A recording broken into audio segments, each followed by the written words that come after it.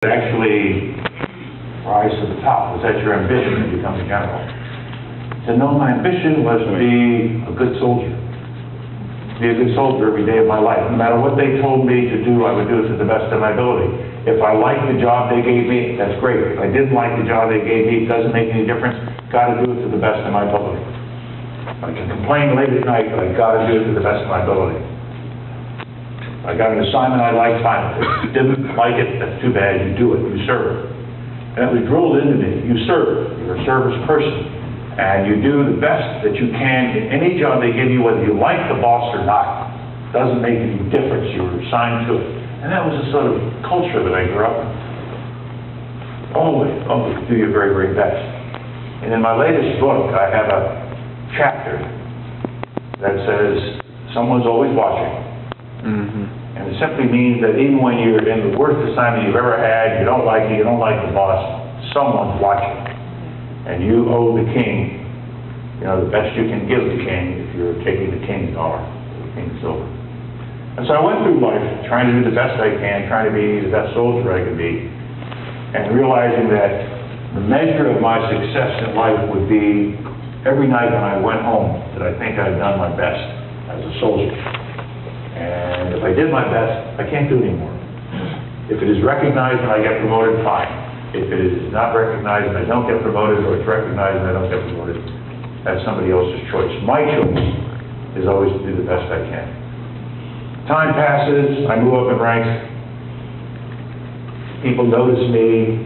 I do the very best I can in my military schools. I get noticed, I get moved up. They're constantly challenging me. They're constantly giving me assignments that are higher than my rank, seeing if I could reach up and do it. And it was really very challenging to be a young major, but being given a lieutenant colonel's position just to see if I could succeed. I faced discrimination, but in the military, because we were integrated and you would get your career ruined if you ever showed that you were racist, there were other ways that it would manifest itself. When I was selected to be a brigade commander, a brigade is a unit of 3,000 soldiers. I was a colonel, just made colonel. And I was selected to go to Fort Campbell, Kentucky, and take command of the 2nd Brigade, 101st Airborne Division. And it was a great assignment. One of my West Point buddies, or graduate of West Point, a white officer, saw me later that day in the Pentagon, and he said, "So man, I can't see straight." I said, "What's wrong? What's wrong?" He said, "The guys are talking." "What are they talking about?" "They say the only reason that you got the job was they wanted to, they needed a black guy. They wanted a black guy to take command of their brigade. So, that just drives me crazy." I said, hey, relax, chill. That's their problem, not mine. What I do is be the best brigade commander I can, and they go screw themselves. So throughout my career, I did everything I could to make sure that racism directed toward me was always seen as a problem for the racist, not a problem for me.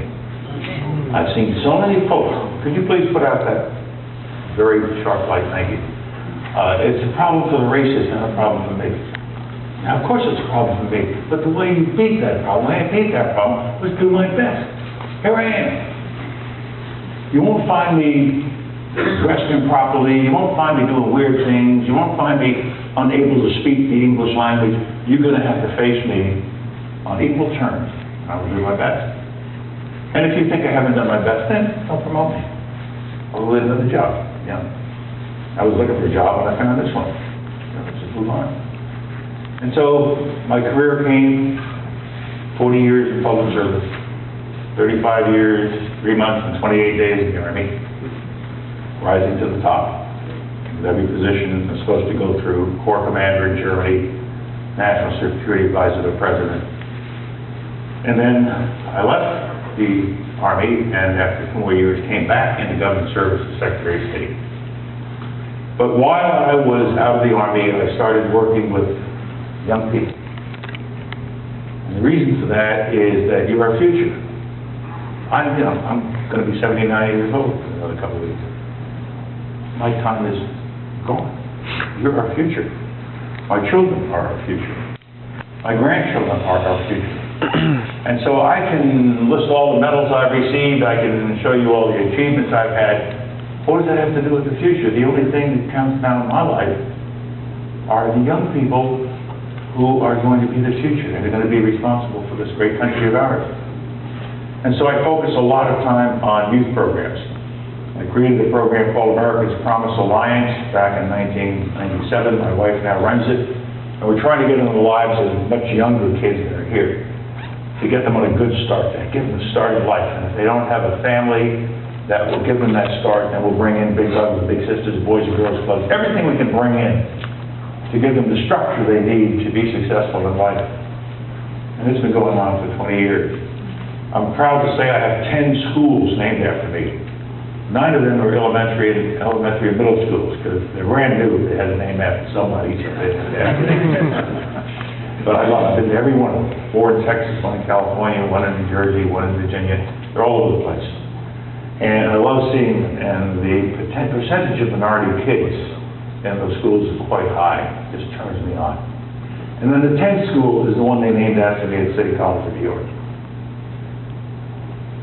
3,000 kids in my school, 90% minority, 80% say they were born in another country. That's me.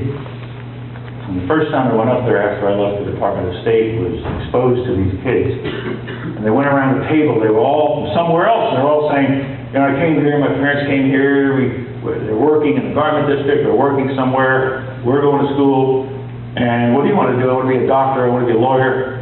And they went around the table talking to me, and when they got back to me, I said, God, this was me 50 years ago. So I got to get involved in this. And that's what I've done. I've been deeply involved in my school at City College, Powell School, and having more fun with the young people up there. Because these are kids whose families don't have college graduates. You know? There's no legacy students. You can't get into City College with your parent out there. Because we don't get those kind of kids. I call them my Ellis Island kids, my poor Ellis Island kids, like I was. And I'm dedicated to it, convinced that you here, because you're just like my City College kids, you're just like my Powell School kids. I just look across this audience and see this beautiful diversity. And when I tell all my audiences, I go around the country speaking, you got to understand that by the year 2043, all these folks you call minorities are going to be the majority. They shake their head. That looks like some of them, they are? Yeah, they are. You're going to see a country that's getting more and more mixed with respect to marriages, with respect to the color of our skin, with respect to all the things that you've taken for granted. And guess what? No country in the world can handle it like America can handle it, like the United States can handle it. And I'm one of the living examples of that. There's still racial problems in the country, and they manifest themselves in different ways. Such things as Ferguson, happened in other parts of our country. But that's not the standard pattern throughout the country. Things are changing, and sometimes you can't see the change. But I'm sensitive to it because I lived in the segregated America. How many of you have seen the Cheerios commercial? You know what I'm talking about? Go back. Huh? Go back. Yeah. It's a Cheerios commercial. It's a commercial for Cheerios. Okay. And the scene opens, it's in an apartment. And the mother is a white lady and she's cooking dinner. And the daddy is a black